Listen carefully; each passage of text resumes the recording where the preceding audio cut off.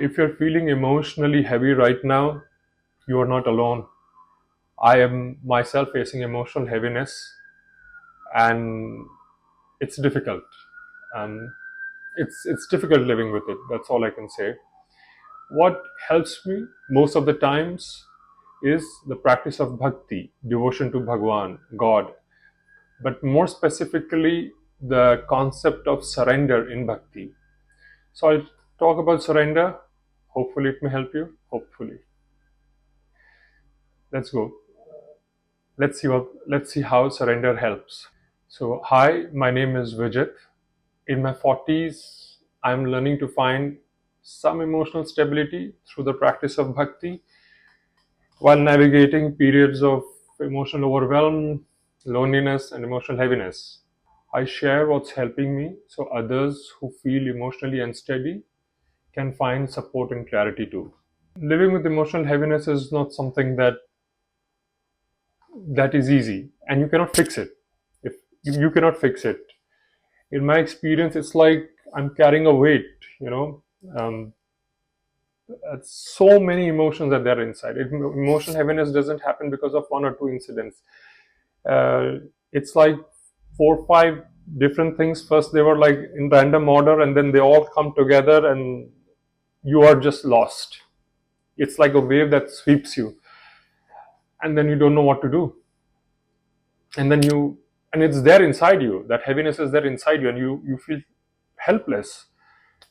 You look for ways to fix it, which doesn't work. Temporarily, it may. I tried positive psychology, all the self-help things available there, meditation, talking to someone close, like friends, family. They have the intention to help. It's just that they cannot help you. Let me explain what I mean. Let's say I'm having a headache. So I have to go through the headache. No one can take away that headache. I have to go through the pain myself, right? But nevertheless, the support is very important. So I'm not denying that support is needed. But I'm saying is that end of the day, I have to go through the pain. So I have to learn to live with it. And this emotional heaviness will keep showing up again and again in life. Like, let's say, some days you're feeling good and you feel like, wow, it's gone. But then it's back again. It's like a constant companion, you know. It's your own personal pet. I mean, I'm making fun of it, but people who go through it, they know. They know it's difficult living with this pet all the time. So, as I said, I tried so many positive psychology aspects of affirmations, meditation, talking to friends and family, exercise, nutrition.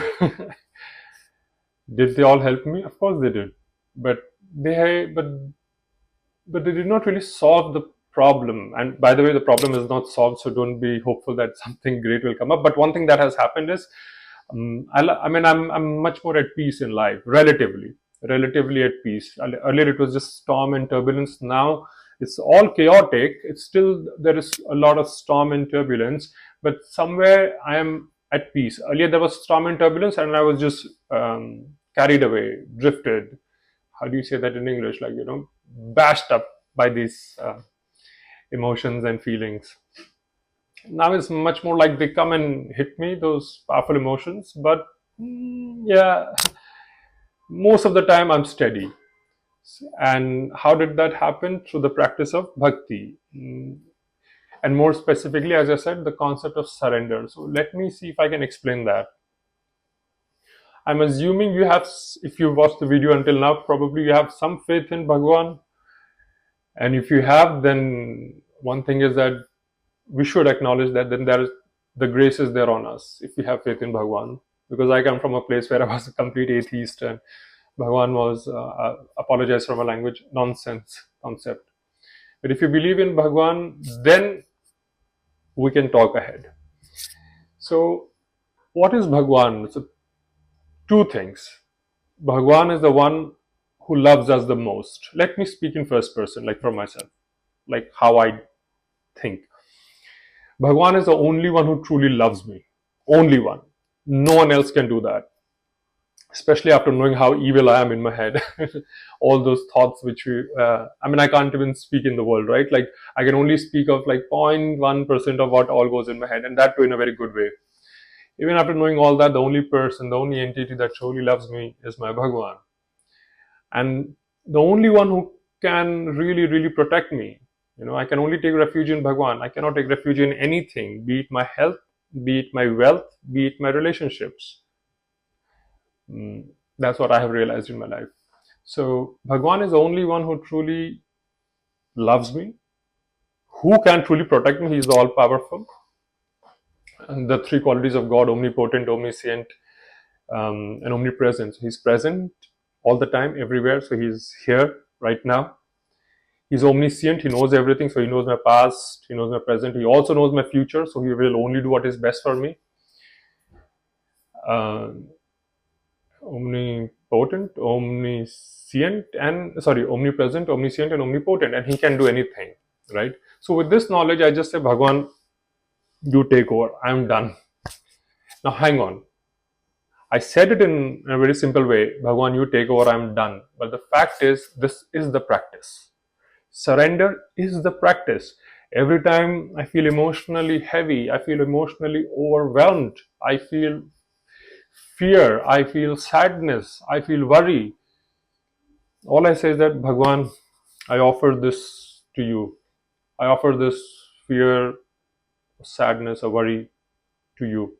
I offer this fear, worry, sadness to you, Bhagwan. You do whatever you have to do. I won't tell Bhagwan what to do, okay? Because he's omniscient, he knows best, so let him do it the way he wants to do it. And that's the practice. Every time this fear grips you, practice this. We say just surrender, but surrender is not something that just happens overnight. It takes time and a lot of practice. That's the sadhana, right? Sadhana meaning spiritual practice. So whenever emotional heaviness comes in, close your eyes and pray. So there are three things that are important in the spiritual life.